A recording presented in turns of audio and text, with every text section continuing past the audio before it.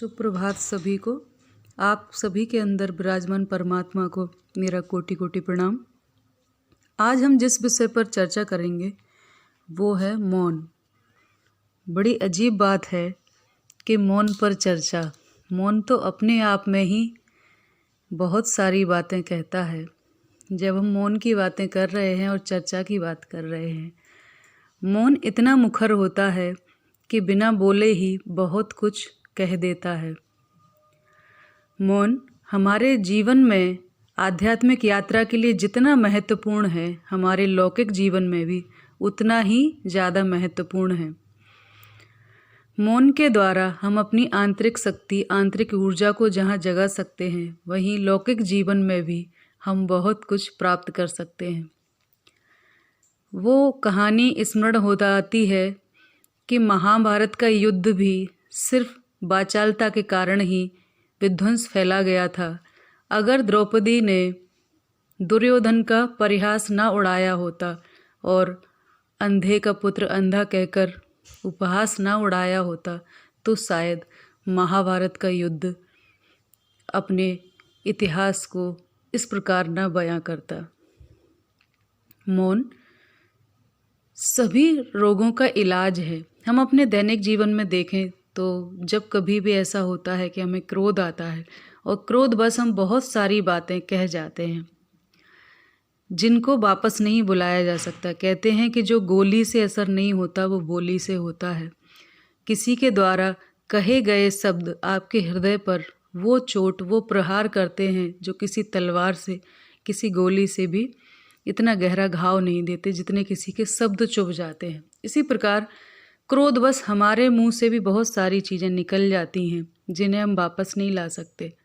तो ऐसे में मौन रहना सबसे अच्छा और सरल उपाय है। जब भी हमें क्रोध आए तब अपने आप को संयत कर कर मौन कर लें। शायद आपका मौन आने वाले बहुत बड़े विध्वंस को टाल सकता है। मौन में जितनी शक्ति है उतनी शक्ति शब्दों में कदापि नहीं हो सकती, क्योंकि शब्द कुछ भाव ही व्यक्त कर पाते हैं, परंतु मौन अपने आप में सर्वदा मुखर है और वो सारी बातें कह देता है जो शायद हम कहना चाहते हैं। मौन वो मूल मंत्र है जो आपके जीवन को सदैव सही राह पर ले जाएगा।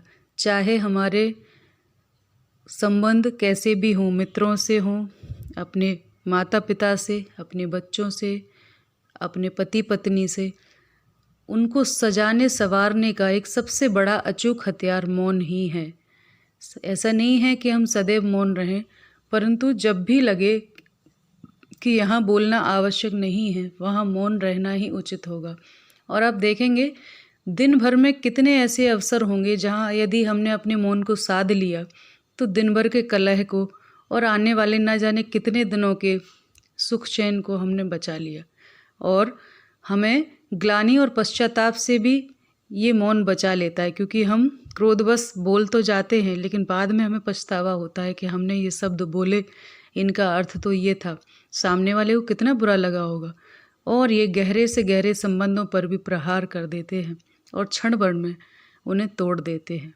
तो मौन बहुत ही ऐसी 100 तालों की चाबी है, एक मास्टर की है, जिससे बहुत सारे कोई भी जीवन का कोई भी ताला उससे हम खोल सकते हैं और अपने जीवन को सफल बना सकते हैं।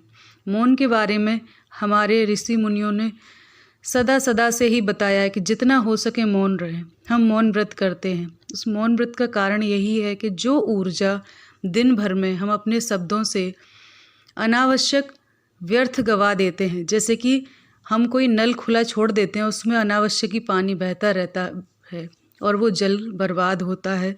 इसी प्रकार से हम अपने शब्दों के द्वारा अपनी ऊर्जा को बहाते रहते हैं जबकि आवश्यक नहीं था। तो जितनी आवश्यकता हो उतना ही खर्च करें। कोशिश करें कम से कम बोलें और अधिक से अधिक शांत रहें। आप जब इसका प्रयोग अपने जीवन में करेंगे तो अभूतपूर्व शांति और समस्त वातावरण में अपने आसपास शांति का अनुभव करेंगे। तो आज के लिए इतना ही। अपनी वाणी को विराम देती हैं। धन्यवाद सभी को। नमस्कार।